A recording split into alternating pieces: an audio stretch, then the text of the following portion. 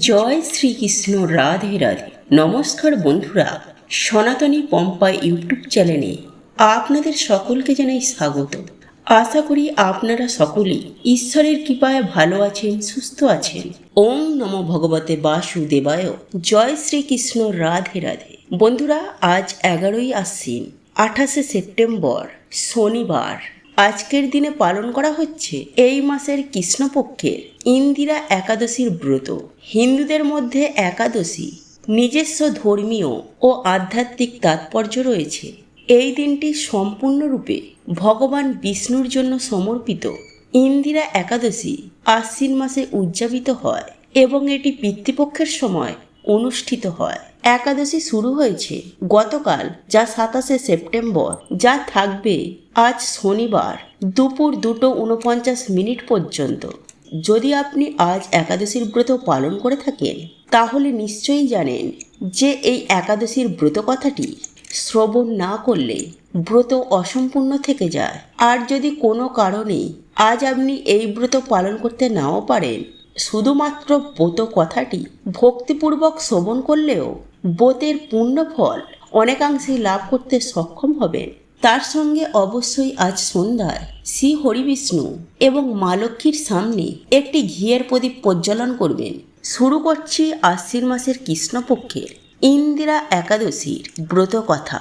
জয় শ্রীকৃষ্ণ, রাধে রাধে। মহারাজ যুধিষ্ঠির শ্রীকৃষ্ণকে জিজ্ঞাসা করলেন, হে মধুসূদন, আশ্বিন মাসের কৃষ্ণপক্ষিয়ার একাদশী তিথির নাম কি, তা কৃপা করে আমার নিকট বর্ণনা করুন। শ্রীকৃষ্ণ বললেন, হে রাজন, আশ্বিন মাসের একাদশীর নাম ইন্দিরা একাদশী। এই ব্রত পালনে মহাপাপ বিনষ্ট হয়। এমনকি কর্মফলে যারা নিম্ন যোনিতে জন্মগ্রহণ করেছেন, সেই পূর্বপুরুষগণের উত্থানগতি লাভ হয়। এই একাদশীর ব্রত মাহাত্ম্য শ্রবণ করলেও সামবেদীয় যজ্ঞের ফল প্রাপ্ত করা যায়। হে রাজন, সত্যযুগে মাহেশমতি নামে এক নগর ছিল। সেখানকার রাজা ইন্দ্রসেন খুবই প্রতাপশালী রাজা ছিলেন। ধর্মবিধি অনুসারে রাজ্য শাসনে তিনি বিশেষ খ্যাতিসম্পন্ন রাজা ছিলেন। তিনি বিপুল ধনসম্পত্তি অধিকারী ছিলেন। পুত্র পুত্রী সমর্পিত বিশাল রাজ্যের প্রজাদের নিয়ে খুব সুখে আনন্দে তিনি রাজ্য পরিচালনা করতেন। বিষ্ণুভক্তি পরায়ণ রাজা সর্বদা শ্রীহরির সেবা, হরিপুজো, শ্রী গোবিন্দ নাম গুণগানে মগ্ন থাকতেন। একদিন রাজা সুখের রাজসভায় বসে আছেন। এমন সময় দেবর্ষি নারদ স্বর্গ থেকে আকাশমার্গে ভ্রমণ করতে করতে রাজার রাজসভায় এসে প্রবেশ করলেন। রাজা দেবর্ষিকে দর্শন করে করজোড়ে দণ্ডায়মান হয়ে দণ্ডায়মান প্রণাম করলেন। নিজের আসনে বসিয়ে যথাবিধি পাদ্য অগ্রাহী দ্বারা ষোড়শোপচারে পূজা নিবেদন করলেন। তারপর রাজা করজোড়ে বললেন, হে মণিবর, আপনার দর্শন মাত্রই আমার যাবতীয় যোগ্য ফল লাভ হয়েছে। এখন আপনার আসার কারণ কি, সেটা জানিয়ে আমাকে কৃতার্থ করুন। দেবর্ষি নারদ বললেন, হে রাজন, আপনার রাজ্যে সকলে কুশলে আছেন তো? বিষ্ণু ভক্তিদের তৎপর হয়ে চলছেন তো? রাজা বললেন, হে দেবর্ষি, আপনার অনুগ্রহে আমার সর্বত্রই কুশল। আপনার দর্শনে আমি সর্বত্রই কৃতার্থ। আমার জীবন ধন্য হলো। আমার সকল যাগযজ্ঞ সফল হয়েছে। আপনি কৃপাপূর্বক কি নিমিত্তে এসেছেন আমার জানতে বড় ইচ্ছে হয়। রাজার এই বিনয় বাক্য শ্রবণ করে দেবর্ষি নারদ বললেন, হে মহারাজ, আমি এক আশ্চর্যজনক কথা বলছি, তা মন দিয়ে শ্রবণ করুন। আমি ব্রহ্মলোক থেকে কৃষ্ণ গুণগান করতে করতে যমলোকে গিয়েছিলাম। যমরাজ আমাকে দেখে ভক্তিযুক্তভাবে পূজা বিধান করলেন। সেখানে আমি যমপুরীটাকে ঘুরে ঘুরে দেখতে লাগলাম এবং বহু পুণ্য অর্জনকারী আপনার পিতাকে দেখলাম। ব্রতভঙ্গের পাপের কারণে তাকে সেখানে থাকতে হয়েছে। হে মহারাজ, আপনার পিতা যে সংবাদ প্রেরণ করেছেন, আমি এখন আপনার নিকট তা বর্ণনা করছি। তিনি আমাকে দেখে বললেন, হে দেবর্ষি, মাহেশপতি নগরে ধর্মপরায়ণ রাজা ইন্দ্রসেন আমার পুত্র। আপনি আমার পুত্রকে বলবেন, আপনার পিতা বহু পুণ্য অর্জন করলেও ব্রতভঙ্গ অপরাধের জন্য যমলায় যেতে বাধ্য হয়েছিলেন। সেখানে তাকে অনেক কষ্ট ভোগ করতে হয়েছে। সে যেন আমার ঊর্ধ্ব গতির জন্য সর্বপাপনাশক ইন্দিরা একাদশীর ব্রত পালন করেন তাহলে সেই ব্রতের পূর্ণ প্রভাবে আমি নিষ্পাপ হয়ে পরমধাম সর্বলোকে যেতে সক্ষম হব। অন্যথায় আমি এই যমপুরী থেকে কোনো কালেই মুক্তি পাব না। এই সংবাদ জানানোর জন্যই আপনার নিকট আমার আগমন। হে মহারাজ, আপনার পিতার মঙ্গল কামনায় আপনি যথাবিধি অনুসরণ করে এই ইন্দিরা একাদশীর ব্রত পালন করুন।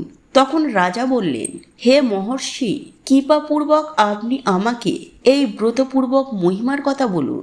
এই ব্রতের বিধি কি? কোন তিথি বা কোন পক্ষে এই একাদশীর ব্রত পালন করা হয় তা কৃপা করে আমাকে বলুন। দেবর্ষি বললেন, হে মহারাজ, আশ্বিন মাসের কৃষ্ণপক্ষের দশমীর দিন প্রাতঃ স্নান করবেন, মধ্যাহ্নে ভক্তি ভাবাপন্ন হয়ে পুনরায় স্নান করবেন এবং রাত্রিতে ভূমিতে শয়ন করবেন। পরদিন একাদশীতে পাতক্রিয়া সম্পূর্ণ করে নিরাহারী হয়ে থাকবেন। ভগবান শ্রীহরির পূজা, সাধুর সঙ্গে ভগবদ্গীতা গুণাখ্যানা দিয়ে সমর্পণ করবেন। সম্পূর্ণরূপে আত্রেন্দ্রিয় প্রীতিবাঞ্ছা পরিপূর্বক উপবাস করবেন।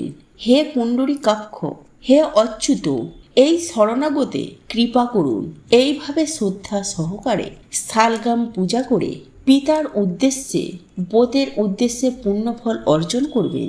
এরপর সন্ধ্যাকালে শ্রীহরির শ্রবণ কীর্তন করবেন এবং সমস্ত রাত্রি জাগরণ করবেন। দ্বাদশীর দিন শ্রীহরির পূজা, ভোগ নৈবেদ্য সমর্পণ পূর্বক একজন ব্রাহ্মণকে ভোজন করাবেন এবং অবশেষে নিজে সেই মহাপ্রসাদ গ্রহণ করবেন। এই রূপে ব্রত পালন করলে আপনার পিতাও শ্রী বিষ্ণুলোকে গমন করতে সক্ষম হবেন। রাজাকে এই উপদেশ প্রদান করে দেবর্ষি নারদ সেখান থেকে প্রস্থান করলেন। রাজা ইন্দ্রসেন এরপর দেবর্ষির উপদেশ অনুসারে পুত্র পরিজন সহ ভক্তি সহকারে এই ইন্দিরা একাদশীর ব্রত পালন করলেন।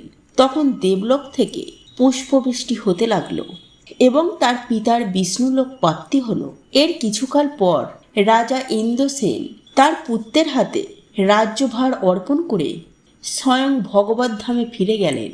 মুক্তি প্রদায়ী ও পাপ বিনাশী এই ইন্দিরা একাদশীর ব্রত মাহাত্ম্য পাঠ বা শ্রবণ করলে সেই ব্যক্তির সর্বপাপ বিনষ্ট হয় এবং সে অচিরেই বিষ্ণুলোক প্রাপ্ত হয়। পদ্মপুরাণে বর্ণিত রয়েছে, ইন্দিরা একাদশীর দিন ব্রত পালন করলে ব্রতকারী পূর্বপুরুষরা মোক্ষ লাভ করে এবং বৈকুণ্ঠ ধামে যাত্রা করে। এছাড়াও এই ব্রতের পূর্ণ প্রভাবে ব্রতকারীর জন্য স্বর্গের দরজা উন্মুক্ত হয়ে যায়। দর্শক বন্ধুরা, আজকের দিনে ভগবান নারায়ণের পাশাপাশি মা লক্ষ্মীকেও পূজা নিবেদন করুন। যদি সম্ভব হয় তাহলে ভগবানকে এই দিন শাস্তিক ভোগ নিবেদন করুন। আজকের দিনে অতি অবশ্যই ভগবান বিষ্ণুকে তুলসী পাতা নিবেদন করতে হয়। মনে করা হয় যে বিনা তুলসীতে ভগবান বিষ্ণু কোনো পূজা গ্রহণ করেন না। বন্ধুরা, এবারে আমরা জেনে নেব যে ইন্দিরা একাদশীর ব্রত পালন কখন সম্পূর্ণ করতে হবে। বন্ধুরা, একাদশীর পালন ক্রিয়া সম্পূর্ণ করতে হবে আগামীকাল 29শে সেপ্টেম্বর রবিবার দিন ভারতীয় সময় 5টা 26 থেকে সকাল 9টা 26 মধ্যে এবং বাংলাদেশের সময় অনুযায়ী সকাল 5টা 49 থেকে সকাল 9টা 48 মধ্যে। এই সময়ের মধ্যে পঞ্চ রবি শস্য ভগবানকে নিবেদন করে প্রসাদ গ্রহণ করা আবশ্যক। এখানে বলে রাখি, একাদশীর ব্রত পালনের প্রকৃত উদ্দেশ্য কেবল উপবাস করা নয়, নিরন্তর শিব ভগবানের নাম স্মরণ করা এবং শ্রবণ করার মাধ্যমে এবং একাদশীর দিন অতিবাহিত করতে হয়। এবং আজকের দিনে পরনিন্দা, পরচর্চা, মিথ্যা ভাষণ, ক্রোধ এগুলি এড়িয়ে চলবেন। একাদশীর ব্রত উদযাপন করলে যে নিজেরই উপকার হয় তা নয়, একাদশী পালন করলে ব্রতকারী পূর্বপুরুষ নরক যন্ত্রণা থেকে মুক্তি পায় এবং তার সার্বিক কল্যাণ সাধিত হয়। শ্রোতা বন্ধুরা, আজকের এই ব্রতকথা শ্রবণ করে যদি আপনার ভালো লাগে তাহলে ভিডিওটিতে একটি অবশ্যই লাইক করবেন। বন্ধুরা, আজকের এই ভিডিওটি যদি আপনাদের পছন্দ হয়ে থাকে তাহলে ভিডিওটি লাইক করুন, কমেন্ট করুন এবং বন্ধুদের সাথে শেয়ার অবশ্যই করুন। মনে রাখবেন, আপনার একটি শেয়ার অনেক মানুষকে উপকৃত করতে পারে। আপনি যদি সনাতনী পম্পা ইউটিউব চ্যানেলে এখনো পর্যন্ত নতুন হয়ে থাকেন তাহলে চ্যানেলটি অবশ্যই সাবস্ক্রাইব করবেন এবং পাশে থাকা নোটিফিকেশন বেল আইকনটি ক্লিক করবেন এইরূপ নিত্য নতুন ভিডিও সবার আগে দেখার জন্য। ঈশ্বর আপনার মঙ্গল করুন। আপনি সুস্থ থাকুন, ভালো থাকুন।